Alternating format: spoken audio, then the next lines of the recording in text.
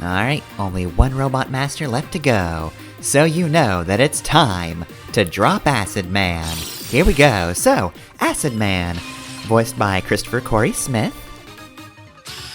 And in Mega Man 11, I have chosen to save the worst for last. Acid Man stage is one I'm not particularly fond of. Though I will say, aesthetically it's pretty good. I like the backgrounds and just general feel of this area as well as the music. Honestly, it's probably one of the more eerie stages in the Mega Man series. There's just something off-putting about this one. I also haven't been mentioning the music a lot in this game, but rest assured, I do like the soundtrack. I just don't really mention it all that often, but it's all pretty good. Anyway, though, Acid Man stage, in terms of actually playing it, is, So we've got a slight wind section here as we're pushed along by the current. This one's not so bad, though, if I remember correctly. Okay, so we got a slight introduction to the fact that this is a very spike-heavy stage, and I don't know, maybe it's just me, but I feel like Mega Man 11 hasn't been, like, very spitefully designed. Also, fun fact, I did actually lose a take when I jumped into those spikes at one point. You wouldn't think those would be an effective trap, and they shouldn't be, but they were. Anyway, though, yeah, I feel like most of these stages aren't spitefully designed with spikes. Acid Man's stage is different in that it is. It's very maliciously designed, it feels. We've also got these enemies trying to screw up the water. They're basically just gonna throw stuff into it until it turns a deadly shade of green. At which point it will harm you. Until then, you're actually fine to just dip yourself into these whatever chemicals they are. It's fine. Mega Man's resistant to it. But once it becomes green, yeah, no go. Don't dip your toes in there. You will get hurt. It's not an instant death, but yeah, just don't do it. You'll probably take enough damage in this stage already. And here we are in the piss section, so yeah, this is where they start getting real rude with spikes. I don't know. That could just be me reading into the stage a bit incorrectly, but I look at this stage and I think, It does kind of feel like one of the worst designed classic stages, where it's just spikes for days, and a lot of the difficulty just comes from you die in one hit in this stage. This is the one that kills you very easily. So I guess, to be fair, I'm thankful I saved it for last at least.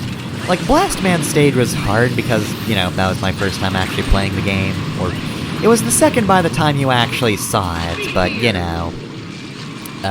Regardless, I hadn't had much experience, I didn't have any weapons, and that was a tough stage, but, like, it was a fun tough.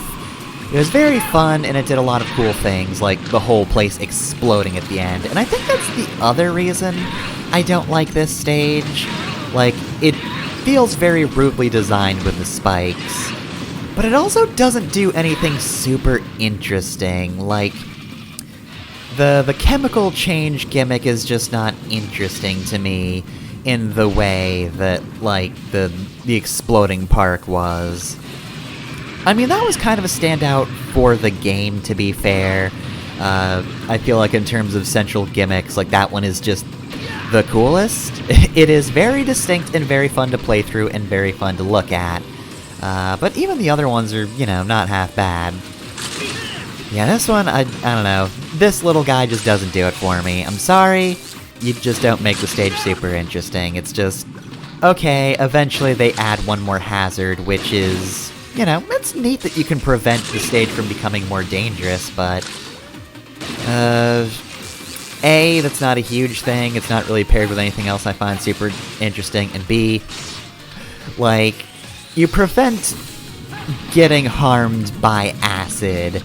You can't prevent getting one hit killed by spikes. Like, there's nothing that adds spikes to the area, so the thing that's actually hugely difficult about Acid Man's stage isn't the thing you can do anything about, other than skipping it with maybe a few good rush jets when possible.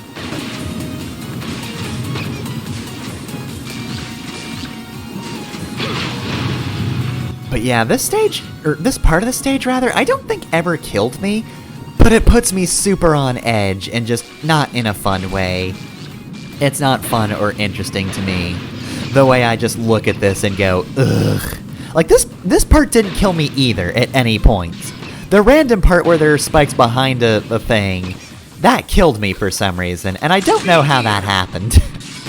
It was a little embarrassing, but you know what? You don't have to watch that, so it's fine. But yeah, fun fact also, in the LP I watched, this was actually the first stage that the LPer played, fucked up right at the end.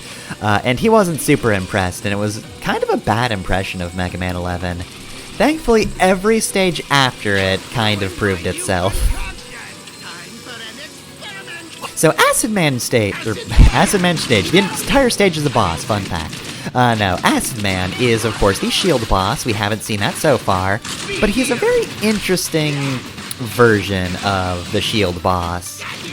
His shield kind of works like Mega Man shields do. You basically hit it a lot until it disappears, and then that weakens him for a moment. Otherwise, he is actually kind of tricky to dodge. His normal shots go pretty quickly, and he kind of aims towards you, so without speed gear, it can be pretty hard to dodge him. I also tried to dodge most of this attack without speed gear, but to no avail.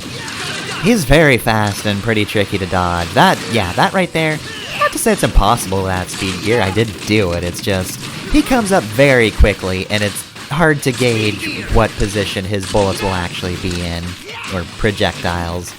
Those aren't bullets, that's acid. I know the difference. How the fuck did I get hit by that? Not my best possible run, but you know what? He's dead, so good. Stage over. Stage over, we don't have to deal with Acid Man stage anymore. Now the question is, will the fortress have a lot of spikes? That remains to be seen. Because lots of spikes is very frequently kind of one of the challenges of the castles. Regardless, here's Acid Man's weapon.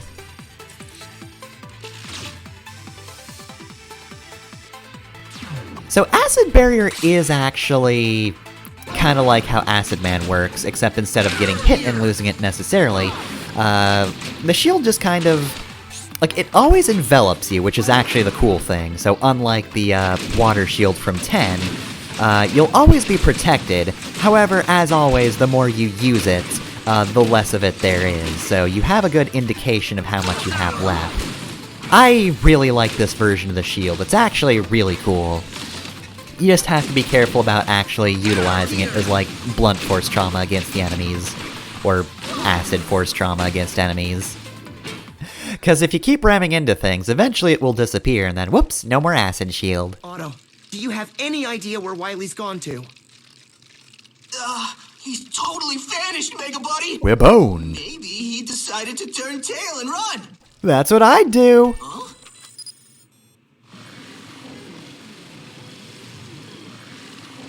What is it, Otto? There's someone hijacking our signal! Pressing all the buttons doesn't work! Indeed it could! You know the drill by now, of course it's me! He's so mad. Light than you, Mega Man! How dare you use my double gear system! Light, did you make me storm out of the room about my great invention? Just so you could steal it? I did forget to copyright it. You know, what with the fact that it never actually went into production. Thanks for that, dick. Gear Fortress? That's all we needed. I mean, that and the coordinates that he also sent to us. I mean, I guess to be fair, a giant Gear Fortress would be pretty distinct, but then again, I feel like giant Skull Fortresses are also pretty distinct, but we can't usually find those until the end. Mega Man! Mega, be careful out there! I mean, did you see that battle against Acid Man? I'll try my best, but no guarantees. Alright, and with that, we have access to the Gear Fortress. So, anything else for us to buy? I've got plenty of bolts.